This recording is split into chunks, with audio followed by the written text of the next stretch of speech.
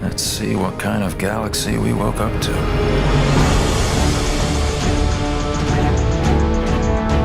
We had a very specific story we wanted to tell, and in particular, new characters that we wanted to introduce. And I think RTS players have higher expectations from story, and we wanted to make sure we did that in the strongest way possible.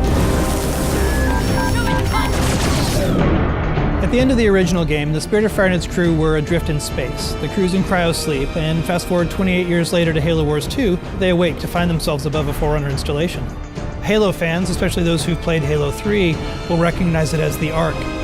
It's the largest and most powerful of the Forerunner creations, and it's also the birthplace of the Halos. It's literally the place that made all of the Halo rings, so that's the kind of power that's contained there. The only connection they have when they wake up is a small signal, one emergency beacon, that's coming from the surface of the Ark down below. We wanted to put everybody in this position where things are different, things are new, no one's really sure what's going on. You know, Isabel is a very different kind of AI. She's a logistics AI. She's not a military AI. She is not like a Cortana or a Serena. She shows up in a way that we haven't seen AIs behave in Halo before. She's freaked out. She's seen all of her friends die. She's seen her outpost destroyed. She's a little trepidatious, does not want to stick around. She warns them that something bad is still on the Ark and that they need to run away.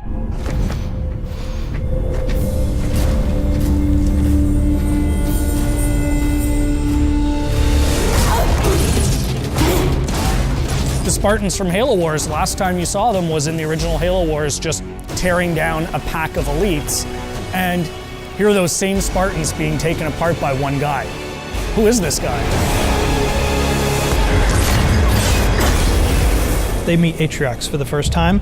He surprises them. The Spartans expect a brute, they get much more than a brute in Atriox. There's actually more to this guy. He's not just a really strong brute. He's good at tactics, he's good at outthinking his opponents. That was the genesis of that character, of what if one brute was not only stronger than the others, but also incredibly intelligent. Atriox is something the universe hasn't seen before. The fact that he can surprise and then beat 3 Spartans in hand-to-hand combat sets the stage for who's in charge of the Banished and the kind of threat they pose. From a visual standpoint, we wanted to carry over enough of the original Covenant technologies, but at the same time, being in your face, more about hard hitting and close combat. You know what a Wraith does if you've played Halo, but you've never seen a Wraith look like this before. Lots of layered armor, lots of ramming spikes, things that spoke to a brute's sensibilities and aesthetic choices. This is who they're going to have to fight. This is who Captain Cutter has to beat.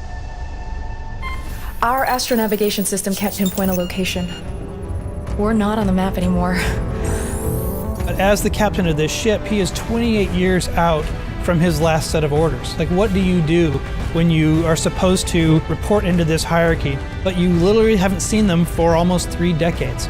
We didn't drift out of the galaxy in 28 years, Professor. The crew wakes up, they have no idea what's going on, and he comes across this massive Banished force. He's always chosen his crew over his own advancement. They've been through hell and back, and they wake up in this universe they don't understand, and he's going to do whatever he needs to do to protect his crew. And that sets off a really fascinating face-off.